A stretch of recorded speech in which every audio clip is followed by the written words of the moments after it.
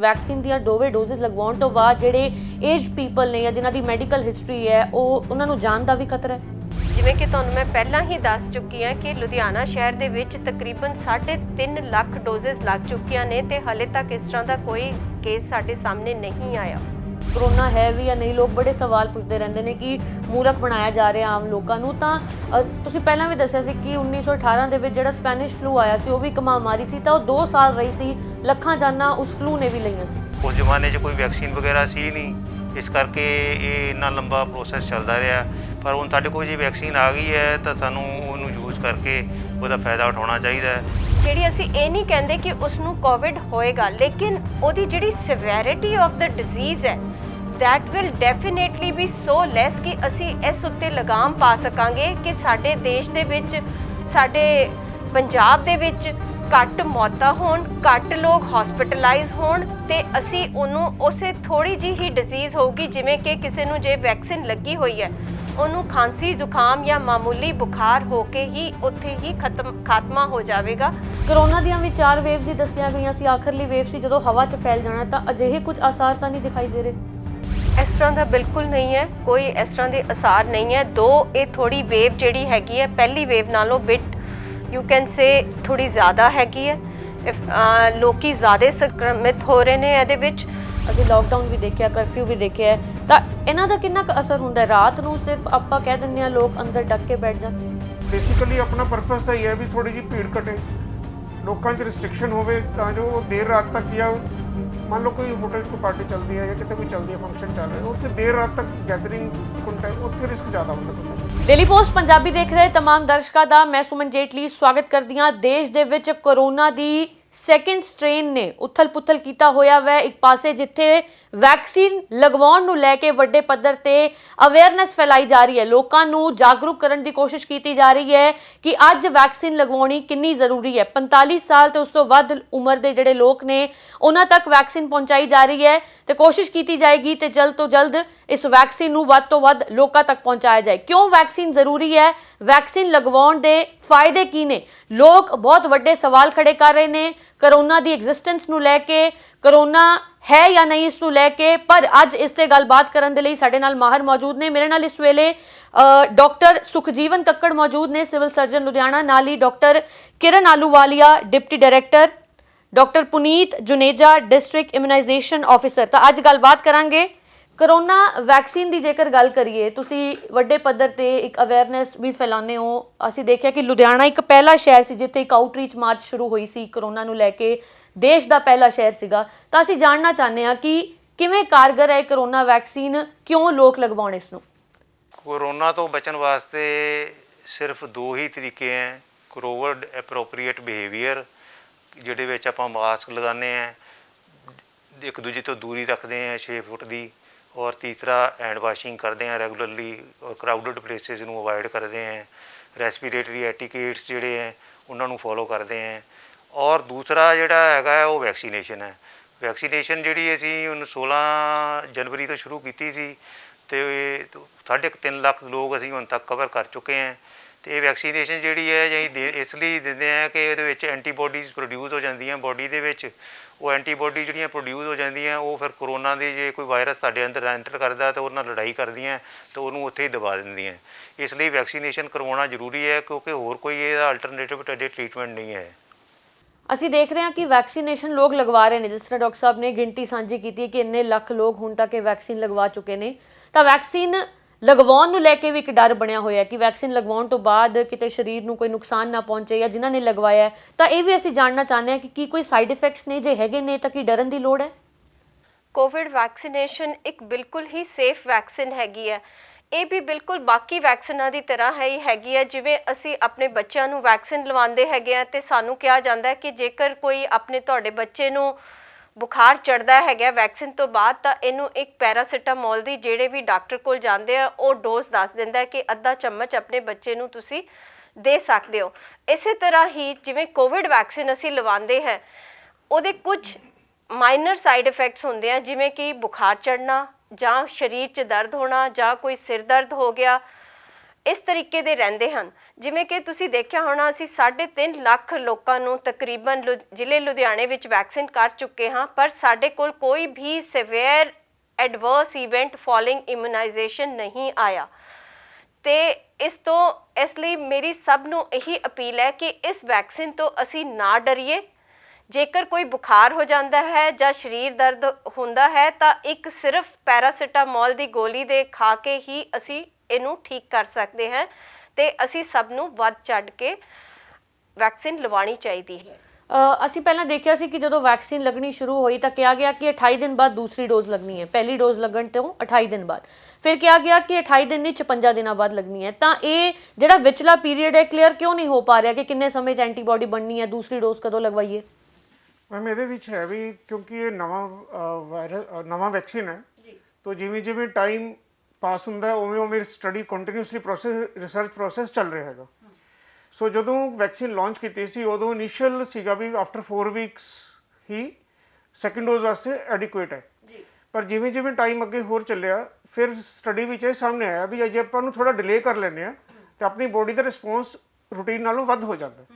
ਇਸ ਕਰਕੇ ਜਿਹੜੀ ਸੈਕਿੰਡ ਡੋਜ਼ ਦੀ ਗਾਈਡਲਾਈਨਸ ਆਈਆਂ ਸੀਗੀਆਂ ਉਹ 4 ਹਫ਼ਤੇ ਤੋਂ ਵਧਾ ਕੇ 6 ਤੋਂ 8 ਹਫ਼ਤੇ ਕੀਤੀਆਂ ਗਈਆਂ, ਕਿਉਂਕਿ ਬੋਡੀ ਆਪਣੀ ਉਹ ਗੈਪ ਜੇ ਵੱਧ ਜਾਂਦਾ ਤਾਂ ਬੋਡੀ ਆਪਣੀ ਵਧੀਆ ਰਿਸਪੌਂਡ ਕਰਦੀ ਹੈ ਉਸ। ਤੇ ਜਿਨ੍ਹਾਂ ਨੇ 28 ਦਿਨਾਂ ਬਾਅਦ ਲਗਵਾ ਲਿਆ ਉਹਨਾਂ ਨੂੰ ਕੋਈ ਨੁਕਸਾਨ ਨਹੀਂ ਹੈ ਮੈਮ, ਉਹਦੇ 'ਚ ਕੋਈ ਹਰਜ ਨਹੀਂ ਹੈ ਜੇ ਪਹਿਲੇ ਲੱਗ ਵੀ ਗਈ ਹੈ, ਕਿਉਂਕਿ ਗਾਈਡਲਾਈਨਸ ਦੇ ਹਿਸਾਬ ਨਾਲ ਜੋ 28 ਦਿਨਾਂ ਤੇ ਵੀ ਲੱਗ ਰਹੀ ਹੈ ਤੇ ਉਹ ਬੋਡੀ ਦੇ ਵਿੱਚ ਰਿਸਪੌਂਸ ਆ ਹੀ ਰਿਹਾ ਵਾ। ਪਰ ਜੇ ਆਪਾਂ ਨੂੰ ਡਿਲੇ ਕਰ ਰਹੇ ਹਾਂ ਤੇ ਦੈਟ ਮੀਨਸ ਆਪਣੀ ਬੋਡੀ ਉਹਨੂੰ ਹੋਰ ਵਧੀਆ ਤਰੀਕੇ ਨਾਲ ਰਿਸਪੌਂਡ ਕਰ ਰਹੀ ਹੈ।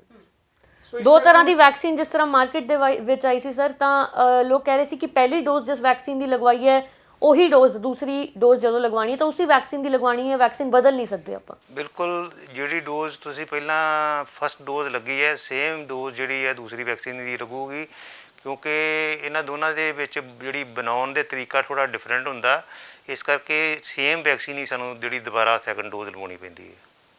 ਤੇ ਇਹ ਜਿਹੜਾ ਮੈਂ ਪਹਿਲਾਂ ਵੀ ਸਵਾਲ ਪੁੱਛਿਆ ਸੀ ਸਮੇਂ ਨੂੰ ਲੈ ਕੇ, ਪਹਿਲਾਂ 4 ਹਫ਼ਤੇ ਤੇ ਫਿਰ 6 ਤੋਂ 8 ਹਫ਼ਤੇ, ਲੋਕ ਜਾਣਨਾ ਚਾਹੁੰਦੇ ਨੇ ਕਿ ਜੋ ਪਹਿਲੇ ਲਗਵਾ ਚੁੱਕੇ ਨੇ ਕਿ ਉਹ ਵੇਸਟ ਹੈ, ਉਹ ਲਗਵਾਏ ਦਾ ਕੋਈ ਫਾਇਦਾ ਨਹੀਂ ਹੈ। ਐਸੀ ਕੋਈ ਗੱਲ ਨਹੀਂ ਹੈ ਜੀ। ਪਹਿਲਾਂ ਜੋ ਇਹ ਨਵੀਂ ਵੈਕਸੀਨ, ਜਿਵੇਂ ਡਾਕਟਰ ਸਾਹਿਬ ਨੇ ਦੱਸਿਆ ਕਿ ਨਵੀਂ ਵੈਕਸੀਨ ਆਈ ਹੈ ਔਰ ਇਹਦੀ ਸਟੱਡੀ ਰੈਗੂਲਰਲੀ ਚੱਲਦੀ ਰਹਿੰਦੀ ਹੈ, ਨਵੇਂ ਸਟੱਡੀਜ਼ ਆਉਂਦੀਆਂ। ਤਾਂ ਹੁਣ ਜਿਹੜੀ ਸਟੱਡੀ ਆਈ ਹੈ ਹੁਣ ਉਹ ਇਹ ਕਹਿੰਦੇ ਆ ਕਿ ਜੇ ਆਪਾਂ ਥੋੜ੍ਹਾ ਜਿਹਾ ਡਿਲੇ ਕਰ ਲੈਂਦੇ ਹਾਂ ਤਾਂ ਜਿਹੜੀ ਬੋਡੀ ਦੇ ਵਿੱਚ ਐਂਟੀਬਾਡੀਜ਼ ਬਣਨੀਆਂ ਉਹ ਹੋਰ ਵਧੀਆ ਰਿਸਪੌਂਸ ਆਉਂਦਾ ਹੈ ਬੋਡੀ ਦਾ। ਅਤੇ ਇਸ ਕਰਕੇ ਜਿਨ੍ਹਾਂ ਨੇ 4 ਹਫ਼ਤਿਆਂ ਬਾਅਦ ਵੀ ਲਵਾਈ ਹੈ ਉਹਨਾਂ ਨੂੰ ਕੋਈ ਦਿੱਕਤ ਨਹੀਂ ਆਉਣੀ, ਉਹਨਾਂ ਨੂੰ ਵੀ ਉਹੀ ਰਿਸਪੌਂਸ ਮਿਲਣਾ ਹੈ ਇਹ ਉਹਦੇ ਜਿਸ ਤਰ੍ਹਾਂ ਕਿ 6 ਤੋਂ 8 ਹਫ਼ਤੇ ਬਾਅਦ ਮਿਲਣਾ। ਕੁਝ ਸਟੱਡੀਜ਼ ਆਈਆਂ ਸੀ ਕਿ ਵੈਕਸੀਨ ਨੂੰ ਲੈ ਕੇ ਫਾਇਦੇ ਕਿੰਨੇ ਨੇ, ਜਿਹੜੇ ਟਰਾਇਲਸ ਹੋਏ ਸੀਗੇ, ਜਿਹੜੇ ਐਕਚੁਅਲ ਦੇ ਵਿੱਚ ਟਰਾਇਲਸ ਹੋਏ ਸੀ, ਟਰਾਇਲਸ ਤੋਂ ਬਾਅਦ ਪਤਾ ਲੱਗਿਆ ਕਿ ਇਹ ਕਾਰਗਰ ਹੈ ਵੈਕਸੀਨ, ਤਾਂ ਹੀ ਲੋਕਾਂ ਤੱਕ ਪਹੁੰਚਾਈ ਗਈ ਹੈ। ਤਾਂ ਕੀ ਉਸ ਸਟੱਡੀ ਦੇ ਵਿੱਚ ਕੋਈ ਇੱਦਾਂ ਦਾ ਫੈਕਟ ਸੀਗਾ ਕਿ ਵੈਕਸੀਨ ਦੀਆਂ ਦੋਵੇਂ ਡੋਜ਼ਿਸ ਲਗਵਾਉਣ ਤੋਂ ਬਾਅਦ ਜਿਹੜੇ ਏਜ ਪੀਪਲ ਨੇ ਜਾਂ ਜਿਨ੍ਹਾਂ ਦੀ ਮੈਡੀਕਲ ਹਿਸਟਰੀ ਹੈ ਉਹਨਾਂ ਨੂੰ ਜਾਨ ਦਾ ਵੀ ਖਤਰਾ ਹੈ? ਨਹੀਂ, ਇਸ ਤਰ੍ਹਾਂ ਦਾ ਹਾਲੇ ਤੱਕ ਸਾਡੇ ਕੋਲ ਕੋਈ ਕੇਸ ਸਾਹਮਣੇ ਨਹੀਂ ਆਇਆ ਕਿ ਜਿਸ ਨੂੰ ਜਾਨ ਦਾ ਖਤਰਾ ਬਣਿਆ ਹੋਵੇ। ਜਿਵੇਂ ਕਿ ਤੁਹਾਨੂੰ ਮੈਂ ਪਹਿਲਾਂ ਹੀ ਦੱਸ ਚੁੱਕੀ ਹਾਂ ਕਿ ਲੁਧਿਆਣਾ ਸ਼ਹਿਰ ਦੇ ਵਿੱਚ ਤਕਰੀਬਨ 3.5 ਲੱਖ ਡੋਜ਼ਸ ਲੱਗ ਚੁੱਕੀਆਂ ਨੇ ਤੇ ਹਾਲੇ ਤੱਕ ਇਸ ਤਰ੍ਹਾਂ ਦਾ ਕੋਈ ਕੇਸ ਸਾਡੇ ਸਾਹਮਣੇ ਨਹੀਂ ਆਇਆ। ਵੈਕਸੀਨ ਲਗਵਾਉਣਾ ਮਤਲਬ ਕਰੋਨਾ ਨੂੰ ਖਤਮ ਕਰਨਾ ਨਹੀਂ ਹੈ, ਅਸੀਂ ਆਪਣੇ ਆਪ ਦਾ, ਆਪਣੀ ਬੋਡੀ ਨੂੰ ਤਿਆਰ ਕਰ ਰਹੇ ਹਾਂ ਇਸ ਵਾਇਰਸ ਦੇ ਨਾਲ ਲੜਨ ਦੇ ਲਈ। ਜੇਕਰ ਕੱਲ ਨੂੰ ਕਰੋਨਾ ਹੋ ਵੀ ਜਾਂਦਾ ਹੈ ਤਾਂ ਜੇ ਅਸੀਂ ਵੈਕਸੀਨ ਲਗਵਾਈ ਹੋਈ ਹੈ ਫਿਰ ਵੀ ਕਰੋਨਾ ਹੋ ਜਾਂਦਾ ਤਾਂ ਉਹਦਾ ਫਾਇਦਾ ਕੀ ਹੋਏਗਾ? ਮੈਮ ਇਹਦੇ ਵਿੱਚ ਇਹ ਹੈਗਾ ਵੀ ਜਿਹੜਾ ਪ੍ਰੋਟੈਕਟਿਵ ਐਫੀਕੇਸੀ ਹੈ ਵੈਕਸੀਨ ਦੀ, ਜਿਹੜੀਆਂ 2 ਵੈਕਸੀਨਸ ਅਵੇਲੇਬਲ ਹੈ ਦੋਨਾਂ ਦੀ ਪ੍ਰੋਟੈਕਟਿਵ ਐਫੀਕੇਸੀ ਸੇਮ ਹੈ। ਔਰ ਇਹ ਆਪਾਂ ਨੂੰ ਇਹ ਨਹੀਂ ਵੀ ਆਪਾਂ ਵੈਕਸੀਨ ਲਵਾ ਲਈ ਤੇ ਆਪਣਾ ਕਰੋਨਾ ਟੈਸਟ ਵਿੱਚ ਆਪਾਂ ਪੋਜ਼ਿਟਿਵ ਨਹੀਂ ਆ ਸਕਦੇ। ਜਿਹੜਾ ਸਵੀਅਰ ਫਾਰਮ ਆਫ ਕਰੋਨਾ ਹੈ ਜਿਹਦੇ ਵਿੱਚ ਲੰਗਸ ਇਨਵੋਲਵ ਹੋ ਜਾਂਦੇ ਆ, ਬੰਦੇ ਨੂੰ ਆਕਸੀਜਨ ਦੀ ਘਾਟ ਪੈਂਦੀ ਹੈ, ਸਾਹ ਉਖੜ ਜਾਂਦੇ ਆ, ਵੈਂਟੀਲੇਟਰ ਦੀ ਲੋੜ ਪੈਂਦੀ ਹੈ, ਅਲਟੀਮੇਟਲੀ ਡੈਥ ਹੁੰਦੀ ਹੈ। ਇਹਦੀ ਐਫੀਕੇਸੀ ਆਪਾਂ ਨੂੰ ਉਸ ਚੀਜ਼ 'ਚ ਪਤਾ ਲੱਗਦੀ ਹੈ ਵੀ ਜਦੋਂ ਜੇ ਆਪਾਂ ਵੈਕਸੀਨੇਟਿਡ ਆ, ਆਪਾਂ ਨੂੰ ਇਨਫੈਕਸ਼ਨ ਆ ਗਈ ਹੈ ਤੇ ਉਹ ਆਪਣੇ ਸਰੀਰ ਦੇ ਵਿੱਚ ਇੱਕ ਮਾਈਲਡ ਜਾਂ ਹਲਕੇ ਰੂਪ ਵਿੱਚ ਪ੍ਰਗਟ ਹੁੰਦੀ ਹੈ, ਆਪਾਂ ਨੂੰ ਸਵੀਅਰ ਫਾਰਮ ਵੱਲ ਨਹੀਂ ਲੈ ਕੇ ਜਾਂਦੀ। ਜੀ, ਇਹ ਜੋ ਆਪਾਂ ਵੈਕਸੀਨ ਬਾਰੇ ਅਵੇਅਰ ਕਰ ਰਹੇ ਹੋ ਤੁਸੀਂ ਵੱਡੇ ਪੱਧਰ ਤੇ ਲੋਕਾਂ ਨੂੰ, ਜੇ ਵੱਡੇ ਪੱਧਰ ਤੇ ਲੋਕ ਅਵੇਅਰ ਹੋ ਰਹੇ ਨੇ ਯਾਨੀ ਕਿ ਬਹੁਤ ਗਿਣਤੀ ਜਿਹੜੀ ਉਹ ਵੈਕਸੀਨ ਲਗਵਾ ਲੈਂਦੀ ਹੈ ਤਾਂ ਕਰੋਨਾ ਦਾ ਅੰਤ ਕਿੰਨੀ ਨੇੜੇ ਹੈ? ਕਰੋਨਾ ਦਾ ਅੰਤ ਜਿਹੜਾ ਹੈਗਾ, ਵੈਕਸੀਨੇਸ਼ਨ ਜਿਹੜੀ ਹੈਗੀ ਹੈ, ਇਹ ਇੱਕ ਬਹੁਤ ਹੀ ਇੰਪੋਰਟੈਂਟ ਹਥਿਆਰ ਹੈ ਜਿਹੜਾ ਸਾਡੇ ਕੋਲ ਇਸ ਵੇਲੇ ਮੌਜੂਦ ਹੈ ਕਿ ਅਸੀਂ ਇਹਦੀ ਚੇਨ ਬ੍ਰੇਕ ਕਰ ਸਕਦੇ ਹਾਂ। ਤੇ ਜਿਸ ਤਰ੍ਹਾਂ ਹੀ ਹਰਡ ਇਮਿਊਨਿਟੀ ਪ੍ਰੋਡਿਊਸ ਹੁੰਦੀ ਹੈਗੀ ਆ, ਉਹਦੇ ਨਾਲ ਕੀ ਹੋਏਗਾ ਕਿ ਜਿਹੜੀ ਅਸੀਂ ਇਹ ਨਹੀਂ ਕਹਿੰਦੇ ਕਿ ਉਸ ਨੂੰ ਕੋਵਿਡ ਹੋਏਗਾ, ਲੇਕਿਨ ਉਹਦੀ ਜਿਹੜੀ ਸਿਵੈਰਿਟੀ ਆਫ ਦ ਡਿਜ਼ੀਜ਼ ਹੈ, that will definitely be so less ਕਿ ਅਸੀਂ ਇਸ ਉੱਤੇ ਲਗਾਮ ਪਾ ਸਕਾਂਗੇ ਕਿ ਸਾਡੇ ਦੇਸ਼ ਦੇ ਵਿੱਚ, ਸਾਡੇ ਪੰਜਾਬ ਦੇ ਵਿੱਚ ਘੱਟ ਮੌਤਾਂ ਹੋਣ, ਘੱਟ ਲੋਕ ਹਸਪੀਟਲਾਈਜ਼ ਹੋਣ ਤੇ ਅਸੀਂ ਉਹਨੂੰ ਉਸੇ ਥੋੜੀ ਜਿਹੀ ਹੀ ਡਿਜ਼ੀਜ਼ ਹੋਊਗੀ, ਜਿਵੇਂ ਕਿ ਕਿਸੇ ਨੂੰ ਜੇ ਵੈਕਸੀਨ ਲੱਗੀ ਹੋਈ ਹੈ ਉਹਨੂੰ ਖਾਂਸੀ ਜ਼ੁਕਾਮ ਜਾਂ ਮਾਮੂਲੀ ਬੁਖਾਰ ਹੋ ਕੇ ਹੀ ਉੱਥੇ ਹੀ ਖਾਤਮਾ ਹੋ ਜਾਵੇਗਾ। ਤੇ ਇਸ ਤੋਂ ਅੱਗੇ ਆਪਾਂ ਸਾਰਿਆਂ ਦੀ ਇਹ ਨੌਬਤ ਨਹੀਂ ਪਹੁੰਚੇਗੀ ਕਿ ਅਸੀਂ ਹਸਪੀਟਲਾਈਜ਼ ਹੋਈਏ ਜਾਂ ਕੋਈ ਬਹੁਤ ਕਿਸੇ ਵੈਂਟੀਲੇਟਰ ਤੇ ਪਈਏ, ਤਾਂ ਉਹਦੀ ਜਿਹੜੀ ਸਿਵੈਰਿਟੀ ਆਫ ਦ ਡਿਜ਼ੀਜ਼ ਦੇ ਉੱਤੇ ਅਸੀਂ ਲਗਾਮ ਪਾ ਸਕਾਂਗੇ। ਡਾਕਟਰ ਸਾਹਿਬ, ਜਿਸ ਤਰ੍ਹਾਂ ਅਸੀਂ ਪਹਿਲਾਂ ਵੀ ਗੱਲ ਕੀਤੀ ਸੀ ਕਿ ਕਰੋਨਾ ਦੀ ਐਗਜ਼ਿਸਟੈਂਸ ਨੂੰ ਲੈ ਕੇ, ਕਰੋਨਾ ਹੈ ਵੀ ਜਾਂ ਨਹੀਂ, ਲੋਕ ਬੜੇ ਸਵਾਲ ਪੁੱਛਦੇ ਰਹਿੰਦੇ ਨੇ ਕਿ ਮੂਰਖ ਬਣਾਇਆ ਜਾ ਰਿਹਾ ਆਮ ਲੋਕਾਂ ਨੂੰ। ਤਾਂ ਤੁਸੀਂ ਪਹਿਲਾਂ ਵੀ ਦੱਸਿਆ ਸੀ ਕਿ 1918 ਦੇ ਵਿੱਚ ਜਿਹੜਾ ਸਪੈਨਿਸ਼ ਫਲੂ ਆਇਆ ਸੀ ਉਹ ਵੀ ਇੱਕ ਮਹਾਮਾਰੀ ਸੀ, ਤਾਂ ਉਹ 2 ਸਾਲ ਰਹੀ ਸੀ, ਲੱਖਾਂ ਜਾਨਾਂ ਉਸ ਫਲੂ ਨੇ ਵੀ ਲਈਆਂ ਸੀ। ਬਿਲਕੁਲ ਜੀ, ਉਹ ਫਰਵਰੀ 1918 'ਚ ਸ਼ੁਰੂ ਹੋਈ ਸੀ ਸਪੈਨਿਸ਼ ਫਲੂ, ਔਰ ਅਪ੍ਰੈਲ 1920 ਤੱਕ ਇਹ ਚੱਲਦੀ ਰਹੀ, ਆਲਮੋਸਟ 2 ਸਾਲ। ਉਹਦੇ 'ਚ 500 ਮਿਲੀਅਨ ਲੋਕ ਜਿਹੜੇ ਹੈ ਅਫੈਕਟ ਹੋਏ ਸੀ, ਔਰ 20 ਮਿਲੀਅਨ ਤੋਂ ਲੈ ਕੇ 50 ਮਿਲੀਅਨ ਲੋਕ ਜਿਹੜੇ ਹੈ ਉਹ ਆਪਣਾ ਮੌਤ ਦਾ ਸ਼ਿਕਾਰ ਹੋ ਗਏ ਸੀਗੇ। ਉਹਦੇ 4 ਵੇਵਜ਼ ਆਈਆਂ ਸੀਗੀਆਂ, ਪਰ ਉਸ ਜ਼ਮਾਨੇ 'ਚ ਕੋਈ ਵੈਕਸੀਨ ਵਗੈਰਾ ਸੀ ਨਹੀਂ, ਇਸ ਕਰਕੇ ਇਹ ਇੰਨਾ ਲੰਬਾ ਪ੍ਰੋਸੈਸ ਚੱਲਦਾ ਰਿਹਾ। ਪਰ ਹੁਣ ਸਾਡੇ ਕੋਲ ਜੇ ਵੈਕਸੀਨ ਆ ਗਈ ਹੈ ਤਾਂ ਸਾਨੂੰ ਉਹਨੂੰ ਯੂਜ਼ ਕਰਕੇ ਉਹਦਾ ਫਾਇਦਾ ਉਠਾਉਣਾ ਚਾਹੀਦਾ ਹੈ ਔਰ ਸੀਵੀਅਰ ਬਿਮਾਰੀ ਤੋਂ ਬਚਣਾ ਚਾਹੀਦਾ ਹੈ। ਤਾਂ ਔਰ ਇਸੇ ਤਰ੍ਹਾਂ ਹੀ ਅਸੀਂ ਜਿਹੜੀ ਚੇਨ ਹੈ ਕਰੋਨਾ ਦੀ ਉਹਨੂੰ ਬ੍ਰੇਕ ਕਰ ਪਾਵਾਂਗੇ, ਹੋਰ ਕੋਈ ਤਰੀਕਾ ਨਹੀਂ ਹੈ। ਕਰੋਨਾ ਦੀਆਂ ਵੀ 4 ਵੇਵਸ ਹੀ ਦੱਸੀਆਂ ਗਈਆਂ ਸੀ, ਆਖਰਲੀ ਵੇਵ ਸੀ ਜਦੋਂ ਹਵਾ 'ਚ ਫੈਲ ਜਾਣਾ, ਤਾਂ ਅਜਿਹੇ ਕੁਝ ਆਸਾਰ ਤਾਂ ਨਹੀਂ ਦਿਖਾਈ ਦੇ ਰਹੇ? ਇਸ ਤਰ੍ਹਾਂ ਦਾ ਬਿਲਕੁਲ ਨਹੀਂ ਹੈ, ਕੋਈ ਇਸ ਤਰ੍ਹਾਂ ਦੇ ਅਸਾਰ ਨਹੀਂ ਹੈ। ਦੋ ਇਹ ਥੋੜੀ ਵੇਵ ਜਿਹੜੀ ਹੈਗੀ ਹੈ ਪਹਿਲੀ ਵੇਵ ਨਾਲੋਂ ਬਿਟ ਯੂ ਕੈਨ ਸੇ ਥੋੜੀ ਜ਼ਿਆਦਾ ਹੈਗੀ ਹੈ। ਲੋਕੀ ਜ਼ਿਆਦਾ ਸੰਕਰਮਿਤ ਹੋ ਰਹੇ ਨੇ ਇਹਦੇ ਵਿੱਚ, ਤੇ ਬਟ ਇਹਦੇ ਵਿੱਚ ਅਸੀਂ ਸਾਨੂੰ ਇਹ ਹੈਗਾ ਕਿ ਸਾਡੇ ਕੋਲ 2 ਚੀਜ਼ਾਂ ਨੇ ਇਸ ਵੇਲੇ ਇਸ ਨੂੰ ਕਾਬੂ ਪਾਉਣ ਲਈ। ਇੱਕ ਤੇ ਸਾਡੇ ਕੋਲ ਪਹਿਲਾਂ ਹੀ ਐਕਸਪੀਰੀਅੰਸ ਹੈਗਾ, ਜੋ ਅਸੀਂ ਪਹਿਲੀ ਵੇਵ ਦੇ ਵਿੱਚ ਕਰ ਰਹੇ ਸੀਗੇ ਕਾਬੂ ਪਾਉਣ ਲਈ, ਉਹ ਤੇ ਕਰ ਹੀ ਰਹੇ ਹਾਂ। ਪਲੱਸ ਦੂਜਾ ਹਥਿਆਰ ਸਭ ਤੋਂ ਵੱਡਾ ਹੈਗਾ ਵੈਕਸੀਨੇਸ਼ਨ ਦਾ, ਜਿਹੜਾ ਕਿ ਸਾਨੂੰ ਇਹਦੇ ਉੱਤੇ ਕਾਬੂ ਪਾਉਣ ਦੇ ਵਿੱਚ ਕਾਮਯਾਬ ਹੋਵਾਂਗੇ। ਤੇ ਇਸ ਲਈ ਅਸੀਂ ਬਾਰ-ਬਾਰ ਆਪਣੇ ਲੁਧਿਆਣੇ ਵਾਸੀਆਂ ਨੂੰ, ਆਪਣੇ ਪੰਜਾਬ ਵਾਸੀਆਂ ਨੂੰ, ਆਪਣੇ ਦੇਸ਼ ਵਾਸੀਆਂ ਨੂੰ ਅਸੀਂ ਕਹਿੰਦੇ ਹਾਂ ਕਿ ਸਾਰੇ ਦੇ ਸਾਰੇ 45 ਤੋਂ ਉੱਤੇ ਆ ਕੇ ਵੈਕਸੀਨੇਸ਼ਨ ਕਰਵਾਓ। ਮੈਨੂੰ ਲੱਗਦਾ ਜਿੰਨਾ ਸਮਾਂ ਇਸ ਮਹਾਮਾਰੀ ਨੂੰ ਆਏ ਨੂੰ ਹੋ ਗਿਆ ਹੈ, ਇੰਨੀਆਂ ਕੁ ਰਿਪੋਰਟ ਸਾਹਮਣੇ ਆ ਚੁੱਕੀਆਂ ਨੇ। ਜਿਸ ਤਰ੍ਹਾਂ ਮਾਸਕ ਨੂੰ ਲੈ ਕੇ ਕੁਝ ਰਿਪੋਰਟਸ ਆਉਂਦੀਆਂ ਨੇ ਕਿ ਜੇ ਬਚਣਾ ਹੈ ਤਾਂ ਮਾਸਕ ਲਾਜ਼ਮੀ ਹੈ, ਮਾਸਕ ਪਾ ਕੇ ਰੱਖੋ। ਕੁਝ ਰਿਪੋਰਟਸ ਅਜਿਹੀਆਂ ਆ ਰਹੀਆਂ ਨੇ ਜਿਹੜੀਆਂ ਮਾਸਕ ਪਾਉਣ ਨੂੰ ਵੀ ਹਾਨੀਕਾਰਕ ਦੱਸ ਰਹੀਆਂ। ਮੈਮ, ਜਿਹੜਾ ਕੋਵਿਡ ਐਪਰੋਪਰੀਏਟ ਬਿਹੇਵੀਅਰ ਹੈ ਉਹਦੇ ਵਿੱਚ ਮਾਸਕ ਪਾਉਣਾ ਬਹੁਤ ਜ਼ਰੂਰੀ ਹੈ। ਮਾਸਕ ਪਾਉਣ ਨਾਲ ਔਰ ਮਾਸਕ ਨੂੰ ਪ੍ਰੋਪਰ ਤਰੀਕੇ ਨਾਲ ਪਾਉਣਾ ਬਹੁਤ ਜ਼ਰੂਰੀ ਹੈ। ਜੇ ਆਪਾਂ ਮਾਸਕ ਮੈਂ ਫੀਲਡ 'ਚ ਬੜਾ ਦੇਖਿਆ ਹੋਇਆ, ਲੋਕੀ ਮਾਸਕ ਆਪਣਾ ਚਿੰਨ 'ਤੇ ਲਗਾ ਲੈਂਦੇ, ਖਿੱਚ ਕੇ ਥੱਲੇ ਨੂੰ ਰੱਖਿਆ ਹੁੰਦਾ, ਉਹਨਾਂ ਦੀ ਚਿੰਨ ਕਵਰ ਹੁੰਦੀ ਹੈ ਜਾਂ ਮੂੰਹ ਕਵਰ ਹੁੰਦਾ, ਨੱਕ ਉਹਨਾਂ ਦਾ ਨੰਗਾ ਹੁੰਦਾ। ਉਹ ਆਪਾਂ ਨੂੰ ਕੋਈ ਪ੍ਰੋਟੈਕਟਿਵ ਐਫੀਕੇਸੀ ਨਹੀਂ ਮਾਸਕ ਪਾਉਣ ਦੀ ਹੈਗੀ। ਦੂਜਾ, ਉਹਦੇ ਨਾਲ ਆਪਾਂ ਆਪਣੇ ਆਪ ਨੂੰ ਐਕਸਪੋਜ਼ ਕਰ ਰਹੇ ਹਾਂ, ਕਿਉਂਕਿ ਆਪਣੀ ਜਿਹੜੀ ਗਰਦਨ ਹੈ, ਫੇਸ ਦਾ ਲੋਅਰ ਪਾਰਟ ਹੈ, ਉਹਦੇ ਉੱਤੇ ਹਵਾ ਦੇ ਕਣ, ਮਿੱਟੀ, ਕਿਸੇ ਵੀ ਥਾਂ 'ਤੇ ਆਪਣੇ ਹੱਥ ਟੱਚ ਹੋਏ। ਸੋ ਜਦੋਂ ਆਪਾਂ ਮਾਸਕ ਨੀਵਾਂ ਖਿੱਚਦੇ ਹਾਂ, ਮਾਸਕ ਦਾ ਅੰਦਰ ਵਾਲਾ ਹਿੱਸਾ ਕੰਟੈਮੀਨੇਟ ਹੋ ਗਿਆ। ਜਦੋਂ ਆਪਾਂ ਨੂੰ ਦੁਬਾਰਾ ਉੱਪਰ ਖਿੱਚ ਲੈਂਦੇ ਹਾਂ, ਆਪਾਂ ਨੂੰ ਫਿਰ ਐਕਸਪੋਜ਼ ਕਰ ਰਿਹਾ। ਸੋ ਇਕੱਲਾ ਮਾਸਕ ਪਾਉਣਾ ਨਹੀਂ, ਮਾਸਕ ਪਾ ਕੇ ਉਹਨੂੰ ਇੱਕੋ ਥਾਂ ਰੱਖਣਾ ਔਰ ਉਹਨੂੰ ਬਾਰ-ਬਾਰ ਛੇੜਨਾ ਨਹੀਂ ਹੁੰਦਾ, ਔਰ ਨਾ ਹੀ ਉਹਨੂੰ ਬਾਰ-ਬਾਰ ਫੇਸ ਨੂੰ ਟੱਚ ਕਰਨਾ ਹੁੰਦਾ। ਜੇ ਆਪਾਂ ਮਾਸਕ ਨੂੰ ਥੱਲੇ ਖਿੱਚ ਕੇ ਬਾਰ-ਬਾਰ ਨੱਕ ਮੂੰਹ 'ਤੇ ਚੜਾਉਂਦੇ ਹਾਂ ਤੇ ਉਹਦੇ ਨਾਲ ਥੋੜਾ ਜਿਹਾ ਉਹਦੀ ਪ੍ਰੋਟੈਕਟਿਵ ਐਫੀਕੇਸੀ ਤੇ ਫਰਕ ਪੈਂਦਾ, ਉਹ ਘਟ ਜਾਂਦੀ ਹੈ। ਜਿਸ ਤਰ੍ਹਾਂ ਸੋਸ਼ਲ ਡਿਸਟੈਂਸਿੰਗ ਨੂੰ ਕਿਹਾ ਗਿਆ ਸੀ ਕਿ ਸੋਸ਼ਲ ਡਿਸਟੈਂਸਿੰਗ ਨੂੰ ਤਵੱਜੋ ਦੇਵੋ, ਨਾਈਟ ਕਰਫਿਊ ਲਗਾ ਦਿੱਤਾ ਗਿਆ ਸੀ, ਕਦੀ ਵੀਕਐਂਡ ਲੋਕਡਾਊਨ ਲਗਾ ਦਿੱਤਾ ਗਿਆ। ਅਸੀਂ ਲੋਕਡਾਊਨ ਵੀ ਦੇਖਿਆ, ਕਰਫਿਊ ਵੀ ਦੇਖਿਆ, ਤਾਂ ਇਹਨਾਂ ਦਾ ਕਿੰਨਾ ਕੁ ਅਸਰ ਹੁੰਦਾ ਹੈ? ਰਾਤ ਨੂੰ ਸਿਰਫ ਆਪਾਂ ਕਹਿ ਦਿੰਦੇ ਹਾਂ ਲੋਕ ਅੰਦਰ ਡੱਕ ਕੇ ਬੈਠ ਜਾਣ। ਮੈਮ, ਬੇਸਿਕਲੀ ਆਈਡੀਆ ਇਹ ਹੁੰਦਾ ਵੀ ਥੋੜੀ ਜਿਹੀ ਮੂਵਮੈਂਟ ਰਿਸਟ੍ਰਿਕਟ ਕਰਨੀ ਹੈ। ਬਿਲਕੁਲ ਬੰਦ ਕਰਨਾ I think it's not practically feasible, ਜਿੱਦਾਂ ਦੇ ਹਾਲਾਤਾਂ 'ਚੋਂ ਆਪਾਂ ਨਿਕਲੇ ਹਾਂ ਪਹਿਲੇ ਜਿਹੜਾ। ਤੇ ਜੇ ਆਪਾਂ ਬੇਸਿਕਲੀ ਆਪਣਾ ਪਰਪਸ ਤਾਂ ਇਹ ਹੈ ਵੀ ਥੋੜੀ ਜਿਹੀ ਭੀੜ ਘਟੇ, ਲੋਕਾਂ 'ਚ ਰਿਸਟ੍ਰਿਕਸ਼ਨ ਹੋਵੇ, ਤਾਂ ਜੋ ਉਹ ਦੇਰ ਰਾਤ ਤੱਕ, ਜਾਂ ਮੰਨ ਲਓ ਕੋਈ ਹੋਟਲ 'ਚ ਕੋਈ ਪਾਰਟੀ ਚੱਲਦੀ ਹੈ ਜਾਂ ਕਿਤੇ ਕੋਈ ਚੱਲਦੀ ਹੈ, ਫੰਕਸ਼ਨ ਚੱਲ ਰਿਹਾ, ਉੱਥੇ ਦੇਰ ਰਾਤ ਤੱਕ ਗੈਦਰਿੰਗ ਉੱਥੇ ਰਿਸਕ ਜ਼ਿਆਦਾ ਹੁੰਦਾ ਕੰਟੈਮੀਨੇਸ਼ਨ। ਔਰ ਇੱਥੇ ਮੈਂ ਇੱਕ ਚੀਜ਼ ਹੋਰ ਐਡ ਕਰਨਾ ਚਾਹੂੰਗਾ ਕਿ ਜਿਹੜਾ ਨਾਈਟ ਕਰਫਿਊ ਹੈ ਉਹ ਇਸ ਲਈ ਲਾਇਆ ਜਾਂਦਾ ਹੈ ਕਿ ਲੋਕਾਂ ਨੂੰ ਅਵੇਅਰਡ ਰਹਿਣ ਲੋਕ ਕਿ ਕੋਈ something serious is going on, ਕਿ ਕੋਰੋਨਾ ਅਜੇ ਹੈਗਾ ਹੈ ਅਤੇ ਤੁਸੀਂ ਬਚ ਕੇ ਰਹੋ। ਇਸ ਕਰਕੇ ਨਾਈਟ ਕਰਫਿਊ ਵੀ ਜਿਹੜਾ ਲਾ ਹੁੰਦਾ, ਇਹ ਵੀ ਇੱਕ ਮੈਨਾ ਹੁੰਦਾ ਹੈ। ਲੁਧਿਆਣਾ ਸ਼ਹਿਰ ਦੀ ਹੀ ਜੇਕਰ ਗੱਲ ਕਰੀਏ, ਬਾਅਦ 'ਚੋਂ ਪੰਜਾਬ ਤੇ ਬਾਅਦ 'ਚੋਂ ਦੇਸ਼ 'ਤੇ ਆਵਾਂਗੇ, ਲੁਧਿਆਣਾ ਕਦੋਂ ਤੱਕ ਕਰੋਨਾ ਮੁਕਤ ਹੋ ਸਕਦਾ ਹੈ? ਕੀ ਕਰਨਾ ਪਏਗਾ ਲੁਧਿਆਣਾ ਸ਼ਹਿਰ ਵਾਸੀਆਂ ਨੂੰ? ਸਭ ਤੋਂ ਪਹਿਲਾਂ ਅਸੀਂ ਇਹ ਕਵਾਂਗੇ ਲੁਧਿਆਣਾ ਸ਼ਹਿਰ ਵਾਸੀ ਆਪਣਾ ਮਾਸਕ ਪਾਉਣ, ਸਾਰੇ ਦੇ ਸਾਰੇ 2 ਗਜ ਦੀ ਦੂਰੀ ਬਣਾ ਕੇ ਰੱਖਣ ਤੇ ਜਦੋਂ ਹੀ ਉਹਨਾਂ ਨੂੰ ਮੌਕਾ ਮਿਲਦਾ ਹੈਗਾ ਆਪਣੇ ਹੱਥ ਸੈਨੀਟਾਈਜ਼ ਕਰ ਸਕਦੇ ਨੇ ਜਾਂ ਚੰਗੀ ਤਰ੍ਹਾਂ ਉਹਨਾਂ ਨੂੰ ਹੱਥ ਸਾਬਣ ਪਾਣੀ ਨਾਲ ਧੋਣ। ਪਲੱਸ 45 ਸਾਲ ਤੋਂ ਉੱਤੇ ਵਾਲੇ ਸਾਰੇ ਦੇ ਸਾਰੇ ਪਲੀਜ਼ ਵੈਕਸੀਨੇਸ਼ਨ ਕਰਾਉਣ। ਤੇ ਜਿਹੜੇ 45 ਤੋਂ ਘੱਟ ਉਮਰ ਦੇ ਲੋਕ ਨੇ ਸਰ, ਉਹਨਾਂ ਤੱਕ ਵੈਕਸੀਨ ਕਦੋਂ ਤੱਕ ਪਹੁੰਚੇਗੀ? ਉਹਨਾਂ ਤੇ ਹੁਣ ਜਿਵੇਂ ਗਵਰਨਮੈਂਟ ਨੇ ਸਭ ਤੋਂ ਪਹਿਲਾਂ ਸ਼ੁਰੂ ਕੀਤਾ ਸੀ ਕਿ ਸਭ ਤੋਂ ਪਹਿਲਾਂ ਹੈਲਥ ਕੇਅਰ ਵਰਕਰ ਸ਼ੁਰੂ ਕੀਤੇ ਸੀ, ਉਸ ਤੋਂ ਬਾਅਦ ਫਰੰਟ ਲਾਈਨ ਵਰਕਰ ਸ਼ੁਰੂ ਕੀਤੇ, ਉਸ ਤੋਂ ਬਾਅਦ ਫਿਰ ਇਹਨਾਂ ਨੇ 45 ਸਾਲ ਤੋਂ ਉੱਪਰ ਵਾਲੇ ਵਿਦ ਕੋਮੋਰਬਿਡਿਟੀਜ਼ ਤੇ ਬਾਕੀ 60 ਸਾਲ ਤੋਂ ਉੱਪਰ ਵਾਲੇ ਸਾਰੇ ਉਹ ਸ਼ੁਰੂ ਕੀਤੇ। ਇਸ ਤੋਂ ਬਾਅਦ ਉਹਨਾਂ ਨੇ 45 ਸਾਲ ਤੇ ਉੱਪਰ ਵਾਲੇ ਵਿਦਆਊਟ ਕੋਮੋਰਬਿਡਿਟੀ ਵੀ ਐਡ ਕਰ ਦਿੱਤੇ ਹੈ। ਉਹ ਇਸੇ ਲਈ ਹੈ ਕਿ ਜਿਵੇਂ ਜਿਵੇਂ ਵੈਕਸੀਨ ਤਿਆਰ ਹੋ ਰਹੀ ਹੈ, ਜਿੰਨੀਆਂ ਡੋਜ਼ਸ ਬਣ ਰਹੀਆਂ ਇਹਨਾਂ ਨੂੰ ਪ੍ਰਾਇਓਰਟਾਈਜ਼ ਕੀਤਾ ਜਾ ਰਿਹਾ ਹੈ ਕਿ ਕਿਹਨੂੰ ਪਹਿਲਾਂ ਲੱਗਣੀ ਚਾਹੀਦੀ ਹੈ, ਕਿਹਨੂੰ ਬਿਮਾਰੀ ਹੋਣ ਦੀ ਜ਼ਿਆਦਾ ਚਾਂਸਸ ਹੈ, ਕਿਹਨੂੰ ਜ਼ਿਆਦਾ ਸਵੀਅਰ ਬਿਮਾਰੀ ਹੋਣ ਦੇ ਜ਼ਿਆਦਾ ਚਾਂਸਸ ਹੈ, ਕਿਹਨਾਂ ਦੀ ਫੈਮਿਲੀ 'ਚ ਇਨਫੈਕਸ਼ਨ ਜਾ ਸਕਦੀ ਹੈ। ਇਹ ਸਾਰੀਆਂ ਚੀਜ਼ਾਂ ਦੇਖਦੇ ਹੋਏ ਗਵਰਨਮੈਂਟ ਨੇ ਪ੍ਰਾਇਓਰਟਾਈਜ਼ ਕੀਤਾ। ਹੁਣ ਜਿਵੇਂ ਜਿਵੇਂ ਵੈਕਸੀਨ ਆ ਰਹੀ ਹੈ, ਹੁਣ ਉਮੀਦ ਹੈ ਕਿ ਅਗਲੇ ਮਹੀਨੇ ਤੋਂ ਕਿਸੇ ਟਾਈਮ ਵੀ ਜਿਹੜੀ ਹੈ ਉਹ ਇਸ ਤੋਂ ਏਜ ਜਿਹੜੀ ਹੈ ਲੋਅਰ ਲਿਮਟ ਕੀਤੀ ਜਾ ਸਕਦੀ ਹੈ। ਉਹਦੇ ਨਾਲ ਫਿਰ ਹੋਰ ਏਜ ਗਰੁੱਪ ਜਿਹੜਾ ਉਹ ਕਵਰ ਹੋ ਜਾਊਗਾ। ਵੈਕਸੀਨ ਦੀ ਘਾਟ ਵੀ ਦੇਖਣ ਨੂੰ ਮਿਲੀ ਹੈ, ਪਿੱਛੇ ਜੇ ਪਤਾ ਲੱਗਿਆ ਕਿ ਕੁਝ ਹੀ ਦਿਨਾਂ ਦੀ ਡੋਜ਼ ਸਾਡੇ ਲੁਧਿਆਣੇ ਦੇ ਵਿੱਚ ਰਹਿ ਗਈ। ਜਿਵੇਂ ਵੀ ਸਪਲਾਈ ਆਉਂਦੀ ਉਵੇਂ ਯੂਜ਼ ਹੁੰਦੀ ਹੈ। ਤੇ ਸੈਂਟਰਸ ਘਟਾ ਦਿੱਤੇ ਗਏ ਨੇ ਲੁਧਿਆਣਾ ਸ਼ਹਿਰ ਦੇ ਵਿੱਚ, ਜਿੱਥੇ ਜਿੱਥੇ ਪਹਿਲਾਂ ਕਰੋਨਾ ਵੈਕਸੀਨ ਲੱਗ ਰਹੀ ਸੀ ਉਹ ਗਿਣਤੀ ਘਟਾ ਦਿੱਤੀ ਗਈ ਹੈ। ਨਹੀਂ ਬਿਲਕੁਲ ਸੈਸ਼ਨਸ ਹੋਣੇ ਮੈਡਮ, ਇਸ ਤਰ੍ਹਾਂ ਦੀ ਗਿਣਤੀ ਬਿਲਕੁਲ ਨਹੀਂ ਘਟਾਈ ਜਾਂਦੀ ਹੈਗੀ ਹੈ। ਅੱਜ ਵੀ ਜਿਹੜੇ ਹੈਗੇ ਆ ਸਾਡੇ 71 ਗਵਰਨਮੈਂਟ ਸੈਸ਼ਨ ਹੈਗੇ ਆ, 88 ਸਾਡੇ ਪ੍ਰਾਈਵੇਟ ਹੈਗੇ ਨੇ, ਪਲੱਸ ਸਾਡੇ ਹੁਣ ਹੈਲਥ ਵੈਲਨੈਸ ਸੈਂਟਰਸ ਵੀ ਖੁੱਲ ਗਏ ਹੈ ਤੇ ਨਾਲ ਅਸੀਂ ਆਊਟਰੀਚ ਕੈਂਪ ਵੀ ਲਗਾ ਰਹੇ ਹੈਗੇ ਆ।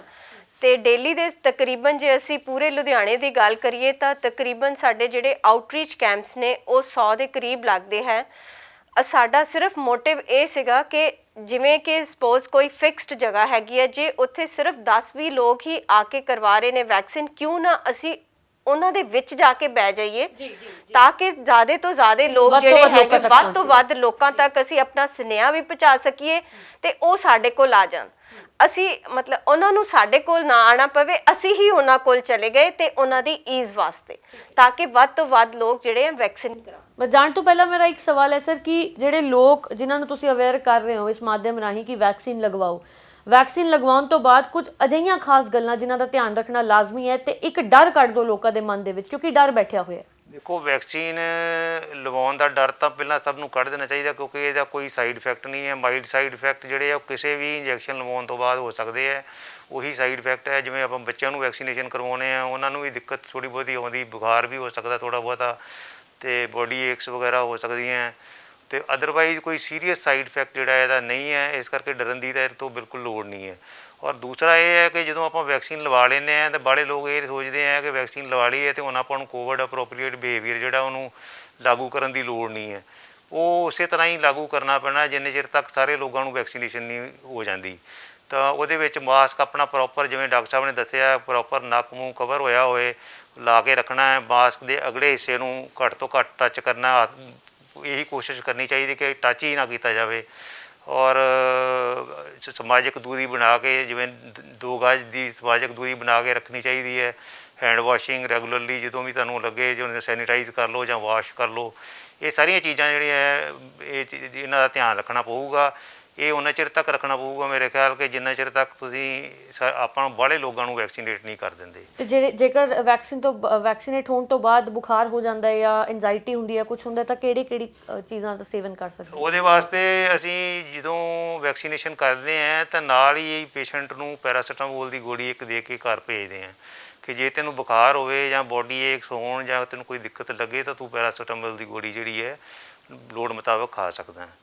ਹੋਰ ਇਹਦੇ ਤੋਂ ਬਿਨਾਂ ਹੋਰ ਕਿਸੇ ਦਵਾਈ ਦੀ ਵੈਕਸੀਨੇਸ਼ਨ ਤੋਂ ਬਾਅਦ ਲੋੜ ਨਹੀਂ ਪੈਂਦੀ। ਕੋਈ ਅਜਿਹਾ ਫੈਕਟ ਵੀ ਹੈ ਕਿ ਜੇ ਕਿਸੇ ਦੀ ਮੈਡੀਕਲ ਹਿਸਟਰੀ ਹੈ, ਕੋਈ ਐਸਥਮੈਟਿਕ ਹੈ, ਕੋਈ ਹਾਰਟ ਪੇਸ਼ੈਂਟ ਹੈ ਤੇ ਉਹਦੇ ਲਈ ਵੈਕਸੀਨ ਲਗਵਾਉਣ ਤੋਂ ਬਾਅਦ ਕੁਝ ਵੱਖਰੀਆਂ ਗੱਲਾਂ ਦਾ ਧਿਆਨ ਰੱਖਣਾ ਪਏ? ਮੈਮ ਇੱਦਾਂ ਦਾ ਨਹੀਂ ਹੈ ਜੀ। ਜਿਹੜੇ ਵੀ ਆਪਣੇ ਕ੍ਰੋਨਿਕ ਡਿਜ਼ੀਜ਼ ਵਾਲੇ ਕਿਸੇ ਨੂੰ, ਜਿਵੇਂ ਮੰਨ ਲਓ ਕਿਸੇ ਨੂੰ ਕਿਡਨੀ ਦੀ ਪ੍ਰੋਬਲਮ ਹੈ, ਡਾਇਬਟੀਜ਼ ਹੈ, ਹਾਈਪਰਟੈਂਸ਼ਨ ਹੈ ਜਾਂ ਦਿਲ ਦਾ ਕੋਈ ਦਵਾਈ ਚੱਲਦੀ ਹੈ, ਉਹਨਾਂ ਵਾਸਤੇ ਵੈਕਸੀਨ ਲੈਣੀ ਜ਼ਿਆਦਾ ਜ਼ਰੂਰੀ ਹੈ। ਕਿਉਂਕਿ ਜੋ ਪੁਰਾਣਾ ਡਾਟਾ ਆਪਣੇ ਕੋਲੇ ਬੋਲਦਾ ਵਾ ਉਹ ਇਹ ਕਹਿੰਦਾ ਵੀ ਜਿਨ੍ਹਾਂ ਨੂੰ ਥੋੜ੍ਹੀ ਜਿਹੀ ਏਜ 50-55 ਸਾਲ ਤੋਂ ਵੱਧ ਹੈ ਔਰ ਉੱਪਰੋਂ ਉਹਨਾਂ ਨੂੰ ਕੋਮੋਰਬਿਡਿਟੀਜ਼ ਹੈ, ਜਿਵੇਂ ਸ਼ੂਗਰ ਦੀ ਹੈ, ਬਲੱਡ ਪ੍ਰੈਸ਼ਰ ਦੀ ਤਕਲੀਫ ਹੈ, ਹਾਰਟ ਦੀ ਪ੍ਰੋਬਲਮ ਹੈ, ਉਹਨਾਂ ਵਿੱਚ ਸੀਵੀਅਰ ਫਾਰਮ ਆਫ ਡਿਜ਼ੀਜ਼ ਹੋਣ ਦਾ ਰਿਸਕ ਬਹੁਤ ਜ਼ਿਆਦਾ ਹੈ। ਸੋ ਉਹਨੂੰ ਰੋਕਣ ਵਾਸਤੇ ਆਪਾਂ ਨੂੰ ਇਹ ਜ਼ਰੂਰੀ ਹੈ ਵੀ ਜੋ ਵੀ ਇੱਦਾਂ ਦੀ ਏਜ ਗਰੁੱਪ ਵਾਲੇ ਹੈਗੇ ਪੇਸ਼ੈਂਟ ਕੋਮੋਰਬਿਡ ਵਾਲੇ ਹੈਗੇ ਉਹ ਪ੍ਰਾਇੋਰਟਾਈਜ਼ ਤੇ ਆ ਕੇ ਵੈਕਸੀਨੇਟ ਕਰਵਾਉਣ। ਉਹਨਾਂ ਦੀ ਰੂਟੀਨ ਮੈਡੀਕੇਸ਼ਨ ਤੇ ਕੋਈ ਫਰਕ ਨਹੀਂ ਪੈਂਦਾ, ਦੇ ਹੈਵ ਟੂ ਕੰਟੀਨਿਊ ਨੂੰ ਆਪਣੀ ਜਿਹੜੀ ਰੂਟੀਨ ਮੈਡੀਕੇਸ਼ਨ ਪਹਿਲੇ ਖਾ ਰਹੇ ਆ ਉਹਨਾਂ ਨੂੰ ਖਾਂਦੇ ਰਹਿਣਾ ਹੈ। ਮੇਰੇ ਕੋਲੇ ਜੋ ਮੇਜਰ ਕੰਸਰਨ ਮੈਨੂੰ ਫੀਲਡ ਚੋਂ ਫੀਡਬੈਕ ਮਿਲਦੀ ਸੀ ਉਹ ਸੀਗਾ ਵੀ ਬਲੱਡ ਥਿਨਰ ਚੱਲਦਾ ਜੀ, ਦਵਾਈ ਇੰਜੈਕਸ਼ਨ ਲਵਾਈ ਹੈ ਕਿ ਨਾ ਲਵਾਈ ਹੈ। ਸੋ ਮੈਂ ਇੱਥੇ ਕਲੀਅਰ ਕਰਨਾ ਚਾਹੁੰਦਾ ਹਾਂ ਵੀ ਬਲੱਡ ਥਿਨਰ ਦੇ ਨਾਲ ਇਸ ਵੈਕਸੀਨ ਦੇ ਉੱਪਰ ਜੇ ਕੋਈ ਖਾ ਵੀ ਰਿਹਾ ਤੇ ਉਹਨੂੰ as it is he normal ਬੰਦੇ ਵਾਂਗ ਹੀ ਉਹਨੇ ਵੈਕਸੀਨ ਲੈਣੀ ਹੈ ਔਰ ਉਹਨੂੰ ਕੋਈ ਐਕਸਟਰਾ ਰਿਸਕ ਨਹੀਂ ਹੈ ਕਿਸੇ ਕਿਸਮ ਦੀ ਪ੍ਰੋਬਲਮ ਦਾ ਜਾਂ ਕੋਈ ਐਡਵਰਸ ਇਵੈਂਟ ਦਾ ਕੋਈ ਰਿਸਕ ਨਹੀਂ ਹੈ। ਜੀ ਤਾਂ ਮਤਲਬ ਨਿਸ਼ਚਿੰਤ ਹੋ ਕੇ ਮੈਂ ਵੈਕਸੀਨ ਲਵਾਉਣ ਔਰ ਉਹਨਾਂ ਨੂੰ ਆਪਣੀ routine medication as it is continue ਕਰਨੀ ਜ਼ਰੂਰੀ ਹੈ। ਠੀਕ ਹੈ। ਲੁਧਿਆਣਾ ਸ਼ਹਿਰ ਦੇ ਵਿੱਚ ਕਿੰਨੀਆਂ ਵੈਕਸੀਨਸ ਲੱਗ ਚੁੱਕੀਆਂ ਨੇ ਉਹ ਜਿਸ ਤਰ੍ਹਾਂ ਤੁਸੀਂ ਦੱਸਿਆ, ਪਰ ਕਿੰਨੇ ਲੋਕ ਜਿਹੜੇ 45 ਤੇ 45 ਸਾਲ ਤੋਂ ਉਮਰ ਦੇ ਵੱਧ ਵੀ ਨੇ ਪਰ ਫਿਰ ਵੀ ਉਹ ਵੈਕਸੀਨ ਨਹੀਂ ਲਗਵਾ ਰਹੇ? ਸਾਡੇ ਕੋਲ ਤਕਰੀਬਨ ਜਿਹੜਾ ਡਾਟਾ ਬੋਲਦਾ ਹੈਗਾ 6.5 ਤੋਂ 7 ਲੱਖ ਤੱਕ ਦੇ ਲੋਕ ਨੇ ਜਿਹੜੇ 45 ਸਾਲ ਤੋਂ ਉੱਤੇ ਨੇ ਤੇ ਤਕਰੀਬਨ ਸਾਡੇ ਕੋਲ ਤੁਸੀਂ ਕਹਿ ਸਕਦੇ ਹੈਗੇ ਹੋ 3 ਲੱਖ ਦੇ ਕਰੀਬ ਵੈਕਸੀਨੇਸ਼ਨ ਕਰਵਾ ਚੁੱਕੇ ਨੇ। 50% ਦੇ ਕਰੀਬ ਤੱਕ ਲੋਕ ਵੈਕਸੀਨੇਸ਼ਨ ਲਗਵਾ ਚੁੱਕੇ ਨੇ ਤੇ ਬਾਕੀ ਜਿਹੜੇ ਲੋਕ ਰਹਿ ਗਏ ਆ ਉਹਨਾਂ ਨੂੰ ਸਾਡੀ ਬਹੁਤ ਹੀ ਤਹਿ ਦਿਲ ਤੋਂ ਅਪੀਲ ਹੈ ਕਿ ਕਾਈਂਡਲੀ ਪਲੀਜ਼ ਆਪਣੇ ਆਪ ਨੂੰ ਵੈਕਸੀਨ ਲਵਾਓ ਔਰ ਆਪਣੇ ਆਪ ਨੂੰ ਇਸ ਕੋਵਿਡ ਬਿਮਾਰੀ ਤੋਂ ਬਚਾਓ। ਆਪਣੇ ਆਪ ਨੂੰ ਵੀ ਬਚਾਓਗੇ, ਆਪਣੇ ਘਰਦਿਆਂ ਨੂੰ ਵੀ ਬਚਾਓਗੇ।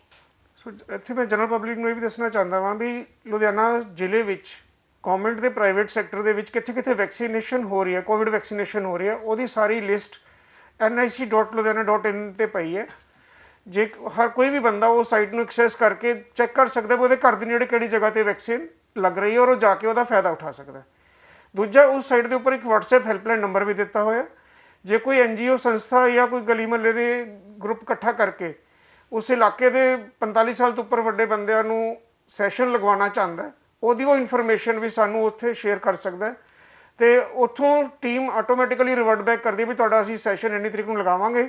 ਉਹਨਾਂ ਦੇ ਮਹੱਲੇ ਵਿੱਚ ਜਾਂ ਕਲੋਨੀ ਵਿੱਚ ਜਾ ਕੇ ਟੀਮ ਜਾਏਗੀ ਔਰ ਉਹਨਾਂ ਦੇ ਜਿੰਨੇ ਵੀ ਐਲੀਜੀਬਲ ਬੈਨੀਫੀਸ਼ੀਅਰੀ ਸਾਰਿਆਂ ਨੂੰ ਵੈਕਸੀਨੇਟ ਕਰ ਸਕਦੀ ਹੈ। ਤੇ ਇਹ ਅਸੀਂ ਕਹਿ ਸਕਦੇ ਹਾਂ ਕਿ ਅਸੀਂ ਖੁਸ਼ਕਿਸਮਤ ਆ ਕਿਉਂਕਿ ਪਹਿਲਾਂ ਸਿਰਫ ਅਸੀਂ ਕਹਿੰਦੇ ਹੁੰਦੇ ਸੀ ਕਿ ਜੇ ਕੋਵਿਡ ਤੋਂ ਬਚਣਾ ਹੈ ਤਾਂ ਮਾਸਕ ਲਗਾ ਲਓ, ਘਰਾਂ 'ਚ ਬੈਠੋ, ਸੋਸ਼ਲ ਡਿਸਟੈਂਸਿੰਗ ਦਾ ਧਿਆਨ ਰੱਖੋ। ਪਰ ਕਿਉਂਕਿ ਹੁਣ ਸਾਡੇ ਤੱਕ ਵੈਕਸੀਨ ਪਹੁੰਚ ਰਹੀ ਹੈ, ਵੈਕਸੀਨ ਆ ਚੁੱਕੀ ਹੈ ਜਿਸ ਨੇ ਸਾਡਾ ਬਚਾਅ ਕਰ ਲੈਣਾ ਹੈ, ਜੋ ਸਾਨੂੰ ਹਸਪਤਾਲ ਜਾਣ ਤੋਂ ਬਚਾ ਸਕਦੀ ਹੈ, ਤਾਂ ਇਸ ਵੈਕਸੀਨ ਨੂੰ ਜ਼ਰੂਰ ਲਗਵਾਓ। ਖਾਸ ਤੌਰ ਤੇ ਜੇ ਤੁਹਾਡੀ ਉਮਰ 45 ਸਾਲ ਜਾਂ ਉਸ ਤੋਂ ਵੱਧ ਹੈ, ਤੁਹਾਡੀ ਮੈਡੀਕਲ ਹਿਸਟਰੀ ਹੈ, ਤਾਂ ਆਪਣੇ ਨੇੜਲੇ ਸਰਕਾਰੀ ਜਾਂ ਪ੍ਰਾਈਵੇਟ ਹਸਪਤਾਲਾਂ ਦੇ ਵਿੱਚ ਜਾ ਕੇ ਵੈਕਸੀਨ ਜ਼ਰੂਰ ਲਗਵਾਓ। ਇਹੀ ਸਾਡੀ ਕੋਸ਼ਿਸ਼ ਹੈ ਜੋ ਅਸੀਂ ਸੁਨੇਹਾ ਦੇਣਾ ਚਾਹੁੰਦੇ ਹਾਂ। ਟੀਮ ਇੱਥੇ ਅੱਜ ਪਹੁੰਚੀ ਹੈ, ਮਾਹਰ ਸਾਡੇ ਤੱਕ ਪਹੁੰਚੇ ਨੇ, ਇਸ ਮਾਧਿਅਮ ਰਾਹੀਂ ਜੋ ਸੁਨੇਹਾ ਦੇਣਾ ਚਾਹੁੰਦੇ ਨੇ। ਵੱਧ ਤੋਂ ਵੱਧ ਲੋਕਾਂ ਨੂੰ ਇਹ ਅਪੀਲ ਕਰਾਂਗੇ ਕਿ ਵੈਕਸੀਨ ਲਗਵਾਓ ਤੇ ਆਪਣੇ ਪਰਿਵਾਰ ਦਾ ਬਚਾਅ ਆਪ ਕਰੋ। ਇਸ ਪੇਸ਼ਕਸ਼ ਫਿਲਹਾਲ ਨਹੀਂ, ਮੈਨੂੰ ਦਿਓ ਇਜਾਜ਼ਤ। ਧੰਨਵਾਦ।